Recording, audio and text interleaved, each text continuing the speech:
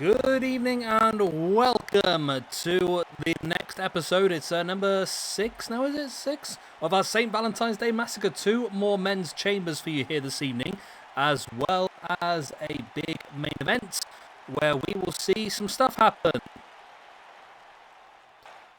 And here we go, then we're kicking things off here with the first of the 2 chambers. We have got from left to right, Sick Nick Mondo, the Sandman, Terry Funk, Mance Warner, Nick Gage and Alfred Snow. So let's get straight into this one.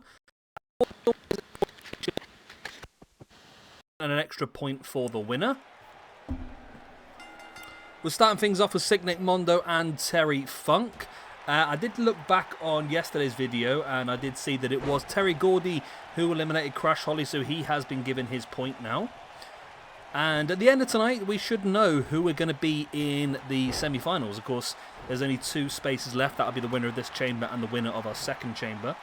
At the moment, the first semi-final is Onita versus Jackie Numazawa versus Abdullah Kobayashi versus G-Raver. And then we have Leatherface versus Bruiser Brody versus the winner of this chamber versus the winner of our second chamber of this evening. And our main event this evening, as I forgot in the intro, is actually going to be a women's championship match as Thunder Rosa will defend the SWA Women's Championship against Sasha Banks. The countdown has begun. Who will be the third person to enter? 'Tis gonna be... It's Nick effing Gage. The only professional wrestler I know to commit armed robbery. I'm pretty sure there's probably more, to be honest with you. Very interesting character, Nick Gage. I was watching Nick Gage before this stuff happened, when he was back in Combat Zone Wrestling. Combat Zone Wrestling was the first sort of independent company I started watching. And it was a complete breath of fresh air, although it was a bit mental. It was a complete breath of fresh air compared to mainstream WWE and stuff like that. And that's how I really got into a lot of this sort of stuff. And then obviously found my way over to PWG, which was my favourite. But yeah, he's always been a massive fan favourite. However, at the moment, he is really at the peak of his career. He's a massive fan favourite, getting booked by lots of different companies, and it's good to see that he's managed to turn his life around, I suppose. As number 4 in this match is going to be Mance Warner. Mance Warner is a former SWE Hardcore champion, I believe. I just realised that we've got the rankings as SWE 2021, okay. Yeah, former Hardcore champion, let me just double check that. Because, as always with me, citation needed, there we go. Yes, Mance Warner was the former Hardcore champion, won the belt away from Abyss and then lost it to Joe Gacy, who then went on to lose it to our current champion, Raven, who is part of this tournament. However, because he's the Hardcore champion, he will enter directly in the final. So essentially we know that the winners of the 2 semi-finals that will both be tomorrow will both move on to a triple threat match at the finale to crown the king of the death match as well as the Hardcore champion. That would be Raven versus those 2 semi-winners. Right, number 5 in this match is going to be Alfred. Wow, that was a big brainbuster there by Sick Nick Mondo, and that could be enough for the elimination here. An early one on Terry Funk. It is indeed. Wow. That surprises me. That does surprise me. The Funker is out early on in this one. Do I have Sick Nick Mondo? I do have Sick Nick Mondo on here. Oh, he actually wrestled last year as well. Okay. Okay. He's moves up to 0 with that elimination now. And yeah, Terry Funk eliminated very early, in my opinion. But that's a big advantage to the other people in their match, especially our 6th and final entrant, who now only has to combat against 4 other people rather than 5. So it's gone pretty well for the Sandman. Somebody who you would imagine could be an absolute monster in an elimination chamber. It's a shame there's no kendo sticks in here, really. Nick Gage drops on the pin of Mance Warner. Only a 2 count. So everyone's entered the match now.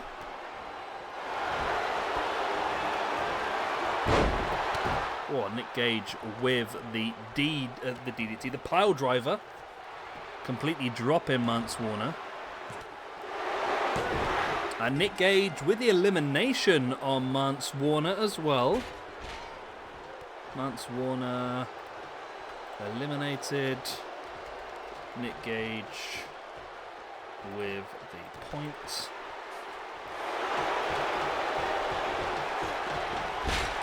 Sick Mondo now sending Al Snow into the ring. We're down to the final 4 in this match, and it's been quite a quick match so far, to be honest. I am sort of surprised as the Sandman gets himself up onto the top of the pod and in with that big splash on Nick freaking Gage. That is brutal. Absolutely brutal. Will it be enough? No, because Al Snow working over the Sandman now.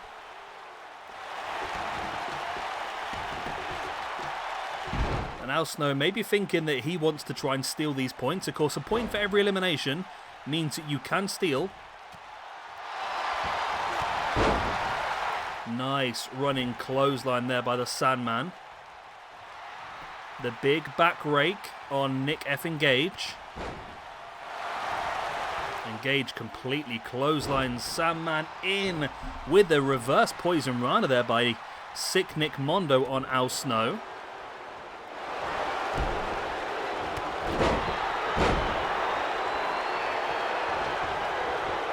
And now in with it. Wow, nice backbreaker there by Nick Gage.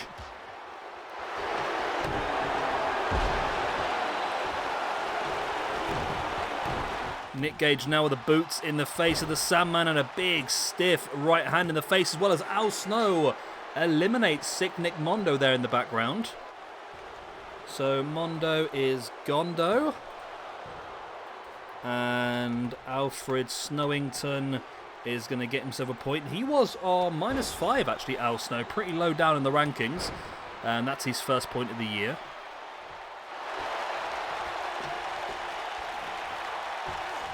Nick Gage now spinning neckbreaker on Al Snow.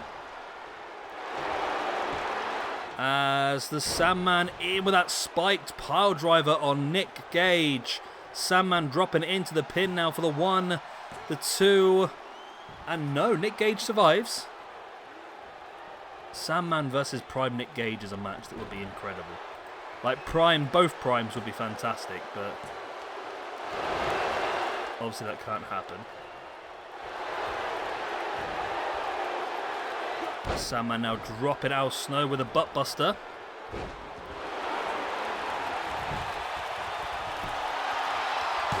There's the pin now by Sandman once again on Nick Gage, not enough.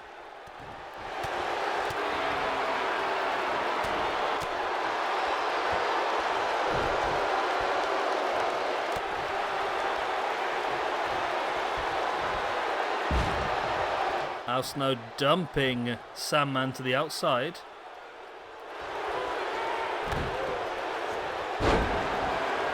That's neckbreaker.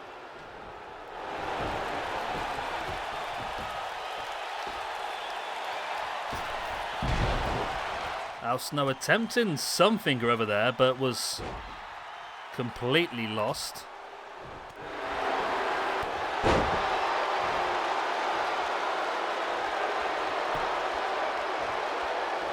Sandman now taking Nick Gage up.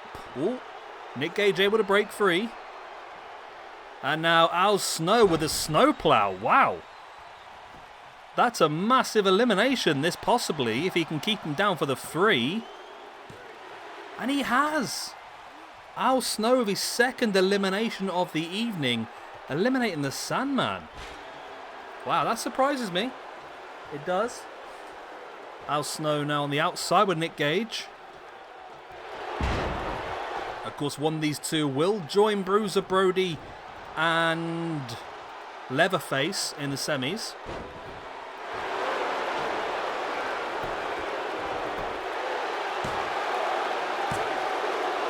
Al Snow it is as well. Wow, Al Snow has just completely turned himself around in one night. He was on -5 and he's just brought himself with a +4 just from this one match. Ow freaking snow. Yeah. Wow, he's gone from -5 to -1 in one foul swoop here as Al Snow. Really shot himself up the rankings. And of course that means that he will join the semi-final match with Leatherface and Bruiser Brody tomorrow. Al Snow, massive victory for Yo. Right, let's move on to our second chamber of the evening and see who will be the final person in our King of the Deathmatch tournament.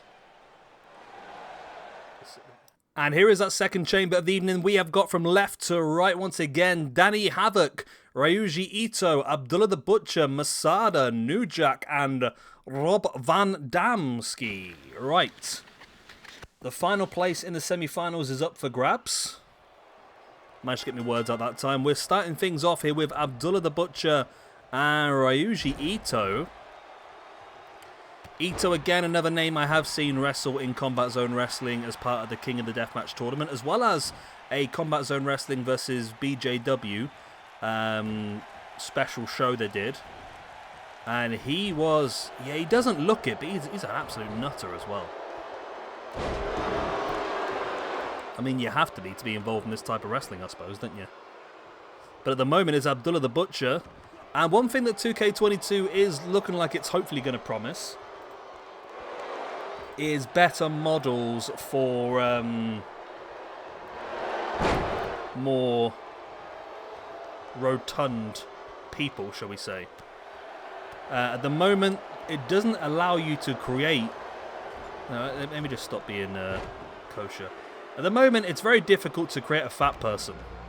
I mean, people like Yokozuna and people like that, it's very difficult to make them look as they did in real life because the game didn't really allow you to create anybody who wasn't like some sort of modicum of muscle. So it has been very tricky. But hopefully now with the new game coming out, we are going to see a much improved version of this. Looking at just the little bits we've seen so far, it looks like there's a good body shape and a body type for the likes of Abdullah the Butcher and people like that.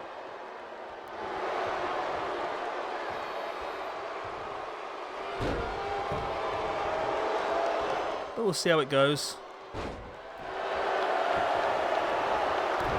We'll see how it goes. I'm still a little bit dubious until we really get the game and get to play around with it. I'm still quite a bit dubious about what might be possible and not possible and that sort of stuff.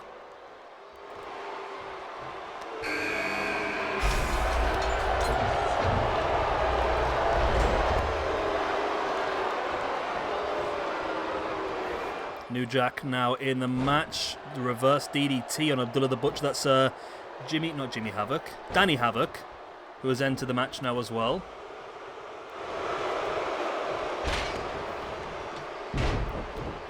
Ryuji Ito went for a dropkick to the back of Abdullah the Butcher, who just didn't even feel anything.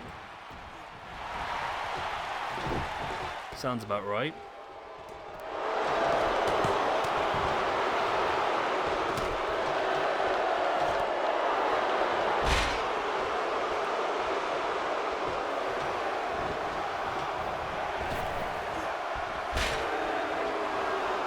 Ryuji Ito now taking up into a suplex.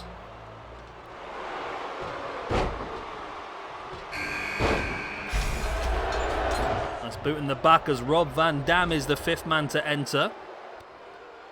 Abdullah the Butcher comes very slowly out to meet him. That leaves Masada as the sixth and final entrant, which obviously gives him the big advantage. Ryuji Ito trying to pin Danny Havoc.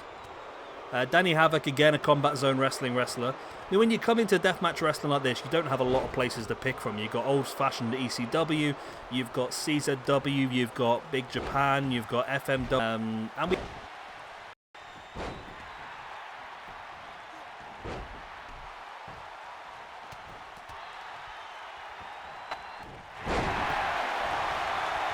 As RVD dumping Ryuji Ito to the outside as we get the countdown timer for the entrance of Masada. Here he comes. Masada now into the ring. Danny Havoc wiping out New Jack, only for a 1 count. Masada taking his time wisely enough. There's no need for him to go balls to the wall. Now starting to work over as RVD has the pin there, and that is it. RVD eliminating Ryuji Ito. Ryuji. He's on 0 from last year. Oh, he didn't actually wrestle last year, apparently. Oh, maybe. Okay, I have 2 of him.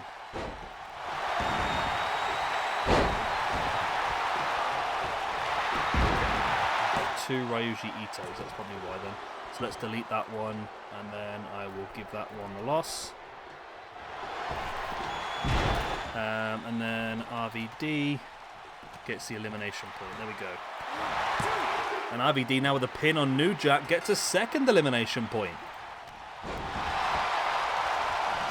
RVD could be on one here tonight. He's not done too well so far in our universe mode, so it'll be very useful to get some points on. Those 2 points he's just picked up, I've moved him up to +4, which is a lot better for him. Move him into a position where we might be able to get some use out of him.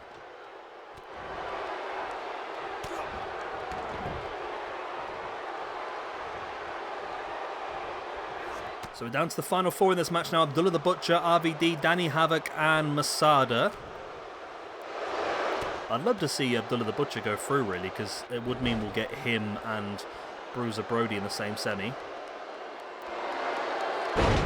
Masada now with a big vertical suplex. Attacking Danny Havoc, and now going to take him up on the shoulders. In with that Alabama slam. In with a pin there by Masada on Danny Havoc. It's only a 2 count. Abdullah the Butcher on RVD is only a 1 count.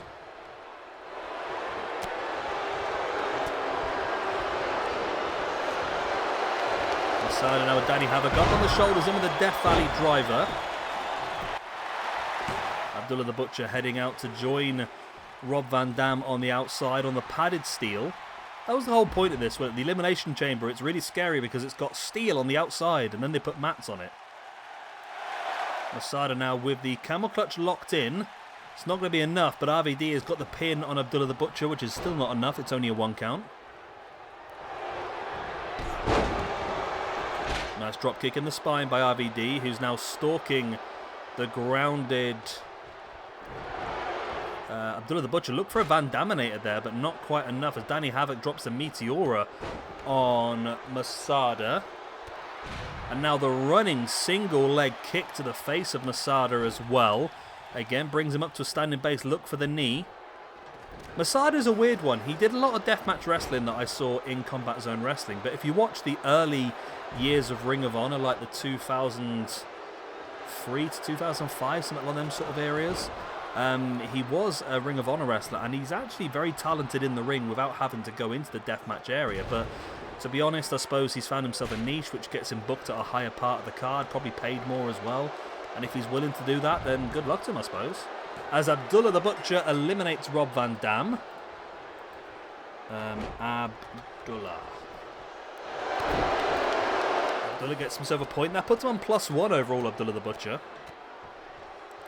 After 3 matches, he's had 2 so far in 2021, and he's had 1 this year, which is this one, obviously. Abdullah now heading to the outside with Danny Havoc. And I think it was like a baseball slide attempt there by Masada. He'd like try to wipe out the legs of Danny Havoc. I think if I was Danny Havoc and Masada, I might try and work together to try and eliminate the big man, Abdullah the Butcher. This Abdullah looks good, but I think it's actually quite small. Again, like I said, it's very difficult to make a hefty, rotund character on this game, to be honest.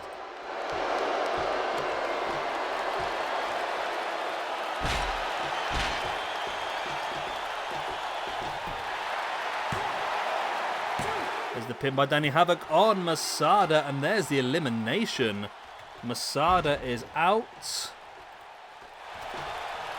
And Danny Havoc who is not yet on the rankings. He is a newbie. Havoc. He's about to get done over, isn't he? There he is. Danny Havoc loses a point, gains a point for his elimination, then getting eliminated. And Abdullah gets himself a second elimination plus the win. Abdullah the Butcher moves himself up. He's on +5 for the year now, Abdullah the Butcher. +3 overall. And, of course, he is moving on to tomorrow's semi-final. To crown... well, it's not to crown, is it? Well, tomorrow's semi-final to crown the 2 finalists, I suppose, if you look at it that way. Where's his name gone? Where's Abdullah? There he is. Abdullah the Butcher. Move that into there. Expand that out. Copy that. And paste that. There we go. So we now have our 2 semi-finals lined up. Onita versus Jackie Numazawa versus Abdullah Kobayashi versus G-Raver. And Leatherface versus Bruiser Brody versus Al Snow versus Abdullah the Butcher. Right, let's move on to tonight's main event. And Thunder Rosa versus Sasha Banks for the SW Women's Championship. Let's get straight into it. And here we go then with the main event of the evening. Thunder Rosa goes up against Sasha Banks for the SW Women's Championship. The last Women's Championship match of 2K22. 2K19. Possibly, anyway. Actually, if Thunder Rosa wins, we might have to come back to this game for her to defend in the future. That's the question, I suppose. We'll have to wait and see what happens. Again, it's going to be very limited on cause. I imagine Thunder Rosa will be somebody who will get created quite quickly on 2K22. She's quite a popular star now. Of course, Sasha's going to have a brand new model and everything like that, which is going to be fantastic to see.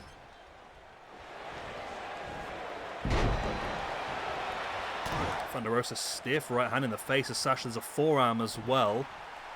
Of course, Thunder Rosa won the SWE Women's Championship not too long ago when she defeated the Bunny, who was the champion for quite a considerable amount of time, actually. Thunder Rosa is our 7th ever women's champion. Previous champions include Kairi Sane was the first. Then we have Beth Phoenix, Charlotte, Trish Stratus, Angelina Love, the Bunny, and now Thunder Rosa. I love having these old records, you know. I mean, we started this last year. We've got through quite a few now. We have more championships I possibly have planned in for the future as well. So we'll have to cross those bridges when we come to them. I'm thinking of maybe having... We're going to have a world champion, of course. We've got that already in Seth Rollins. We've got a European champion. But I'm thinking maybe of having a couple of other champions that may be from the areas, if that makes sense. So be more geographical. So, I mean, we've got a European champion. Why not have an Oceanic champion? Why not have an Asian champion? Why not have a Latin American champion? A North American champion. So there's lots of different options. I mean, we have a North American champion anyway, don't we, really? But there's a lot of stuff that we wanted, well, that I wanted to do here on 2K19 that I never really got round to. So hopefully we will have the opportunity moving forward in 2K22 to complete some of these. And maybe it's something I might focus on a little bit earlier. Maybe Cruiserweight Championship is something I could work on straight away. Just using the Cruiserweights on the game, potentially. I mean, I know there's a lot more fantastic Cruiserweights around the world, but we'll have to wait and see. As Thunder Rosa stalking the grounded Sasha Banks. And now takes her up on the shoulder, looking... No! Sasha Banks was able to break free from that. And now Sasha looking to return the favour. This is one thing I hope they've fixed on 2K22, is Sasha's moves. Of course, I had to change Sasha's moves because she had the linked up backstabber into the crossface. And we've got a brand new champion. We've got a brand new women's champion. Sasha Banks, who of course won the random women's rumble to get this opportunity, is your brand new women's champion here on SWE And yeah, she's going to move into 2K22. That's actually quite handy to have someone who's a champion who's going to be on 2K22. Is probably going to make our lives a little bit easier in the long run. But Thunder Rosa, I'm sure, as you can see on your screen, will be hoping for a rematch at some point. She's unhappy with herself. She feels like she should have done better. I feel like she should have done better as well. But Sasha Banks becomes our 8th ever SWE Women's Champion. Right, we'll leave it there. Hopefully you've enjoyed. Of course, if you have, come back for tomorrow. Is it tomorrow? It's not tomorrow, actually. We've got one day off. Saturday and Sunday are the final 2 shows. We'll have Saturday, we'll have the 2 semi-finals in Onita, Jackie Numazawa, Abdullah Kobayashi and G-Raver. Leatherface, Bruiser Brody, Al Snow and Abdullah the Butcher. The winner of those 2 matches will join Raven in the finals of the King of the Deathmatch tournament for the Hardcore Championship. And also on Saturday's episode, we will have a defense of the SWE Tag Team Championships. The current champions, Bron Brecker and his father, Rick Steiner, will defend against the New Day. And then moving on to our final night, of course, we will have the Women's Hardcore Championship match. Also the finals of the Queen of the Deathmatch tournaments, Nia Jax, Jazzy Gabert, Dakota Kai and Lita. And also, like I said, that triple threat King of the Deathmatch match where we'll see the winners of the 2 semis versus Raven. And there's also an empty match there, which I'll try and do something interesting with. I'm not sure what yet. I might just do like some sort of massive hardcore battle royal or rumble or something like that. I don't know. We'll figure it out. Anyway, I'm going to bed. Bugger off. Good night.